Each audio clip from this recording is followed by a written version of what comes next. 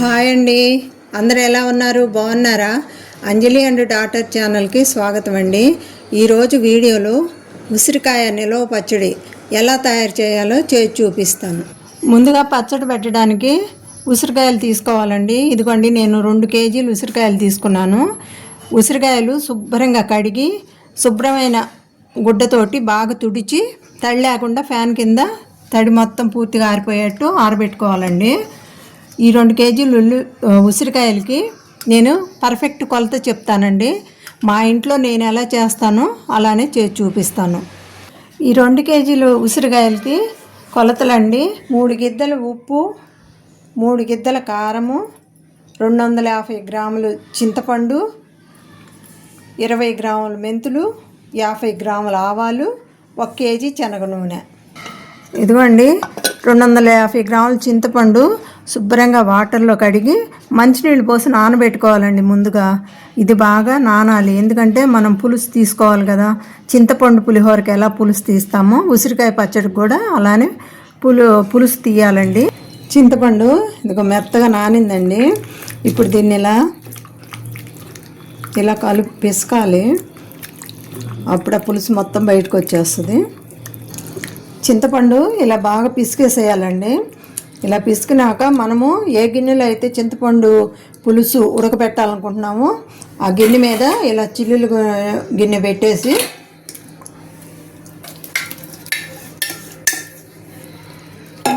ఈ పులుసు అంతా దాంట్లోకి కారేట్టుగా చేసుకుందాం.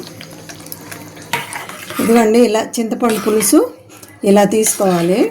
ఇప్పుడు ఇది స్టవ్ మీద పెట్టి గరిటెతో తిప్పుతూ అడుగంటకుండా ఉడకబెట్టుకోవాలండి.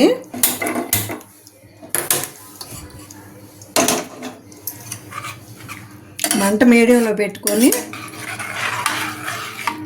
ఉడికించుకోవాలి. ఉడికేటప్పుడు చింది మీద పడుతుందండి, చూసుకొని జాగ్రత్తగా ఇలా తిప్పుతా ఉడికించుకోవాలండి. ఉడికాక చూపిస్తాను.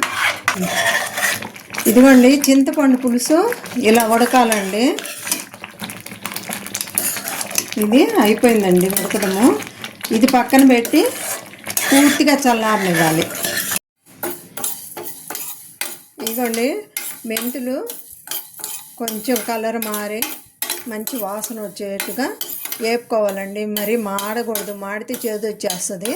ఏకపోయినా చేదు వస్తుందండి. జాగ్రత్తగా ఇలా తిప్పుకుంటా కొంచెం కలర్ మారేట్టు వేపుకోవాలి. ఇదిగోండి, మెంతులు ఇలా గోల్డెన్ కలర్ వచ్చే వరకు ఇగో చూడండి, చిటపట అంటున్నాయి చూడండి బాండీలో. అలా అన్నదాకా వేపుకొని స్టవ్ ఆపేద్దామండి. వేగిపోయినాయండి. ఇదిగండి, బాండీ పెట్టి నూనె పోసాను. శనగ నూనె 1 కేజీ పోసానండి. నూనె కాగుతుంది. మంట మీడియంలో పెట్టుకోండి, హైలో పెట్టొద్దు. మనం ఉసిరికాయలు వేపుకున్న దాకా మీడియంలో పెట్టుకొని వేపుకోవాలండి. నూనె కాగిందండి. ఇప్పుడు జాగ్రత్తగా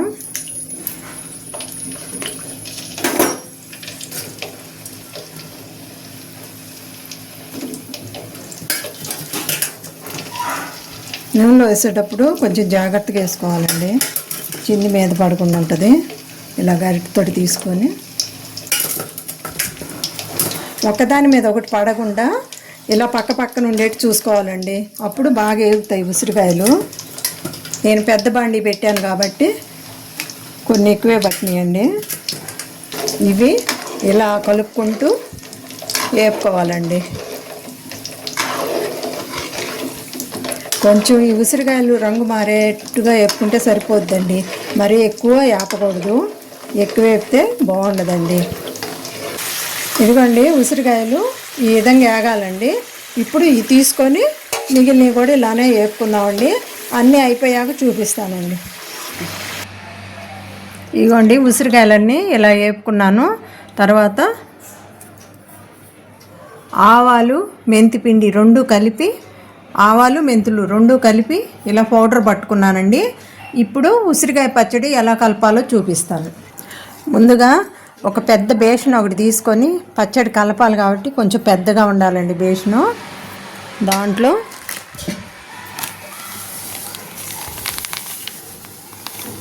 3 గిద్దలు సాల్ట్ అండి. మీరు కల్లుప్పు ఎండబెట్టి పౌడర్ కొట్టుకొని వేసుకుంటే ఇంకా చాలా బాగుంటుందండి. నాకు అవకాశం లేక నేను సాల్ట్ వేస్తున్నాను.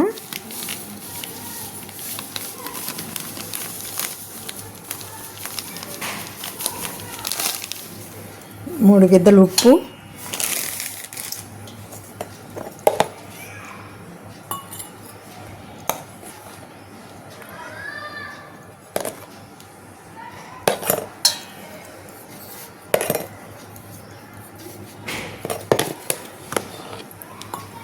మూడు గిద్దల కారం, పట్టుంచుకున్న మెంతులు ఆవాల పౌడరు,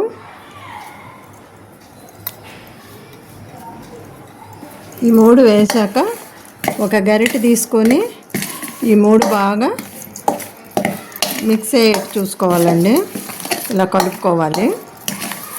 ఇప్పుడు ఉడికించుకొని చల్లార్చుకున్న చింతపండు గుజ్జు వేద్దామండి దీంట్లో. ఎందుకండి పూర్తిగా చల్లారిపోయిందండి చింతపండు గుజ్జు. ఇదే వేద్దాం.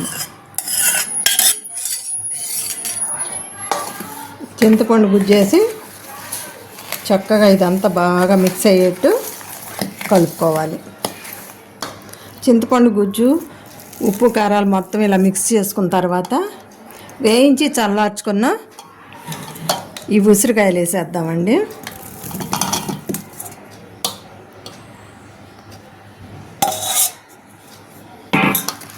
ఉసిరికాయలు వేసి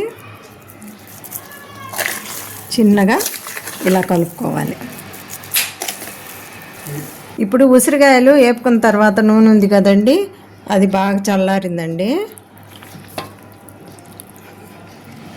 చల్లారిన ఆయిల్ని సగం పోసుకొని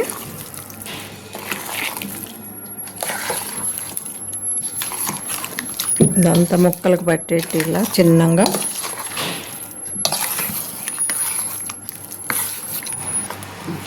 మిగిలిన సగం ఆయిల్ కూడా వేసేసుకున్నానండి. మొత్తం ఆయిల్ అంతా వేసేసి బాగా ఇదంతా ఇలా కలుపుకోవాలండి. ఇదిగోండి అంతా ఇలా మిక్స్ అయ్యేట్టు కలుపుకొని పైన మూత పెట్టి పక్కన పెడదామండి. 2 రోజుల తర్వాత మనం తీసి గాజు సీసాలో పెట్టుకొని ఒక వారం తర్వాత ఫ్రిడ్జ్లో స్టోర్ చేసుకుంటే ఎన్ని నెలలైనా అలానే ఉంటుందండి. ఈ ఉసిరికాయ పచ్చడి 1 నెల 2 నెలలు బాగుంటుందండి. ఆ తర్వాత నుండి నల్లబడుతుంది. అందుకని మనం ఫ్రిడ్జ్లో పెట్టుకుంటే అయిపోయిన దాకా ఇలానే ఉంటుందండి. నిన్న పెట్టాం కదండి ఉసిరికాయ పచ్చడి. ఇదిగోండి ఇలా ఆయిల్ మొత్తం ఇలా పైకి వచ్చేసి ఇలా ఉందండి. ఇంక ఈరోజు మనము శుభ్రమైన గాజు బాటిల్లో పెట్టుకొని ఒక 4-5 రోజులు బయట ఉంచేసి తర్వాత ఫ్రిడ్జ్లో పెట్టుకుంటే సరిపోతుందండి. మనకి ఎన్ని రోజులైనా ఇలానే కలర్ తగ్గకుండా ఇలానే ఉంటుంది. ఇంతేనండి. ఎలా ఉందండి? నచ్చిందా మీకు? నచ్చితే మా వీడియోని లైక్ చేయండి, షేర్ చేయండి. మర్చిపోకుండా మా ఛానల్ని సబ్స్క్రైబ్ చేసుకోండి. మా వీడియో చూసినందుకు మీ అందరికీ ధన్యవాదాలు.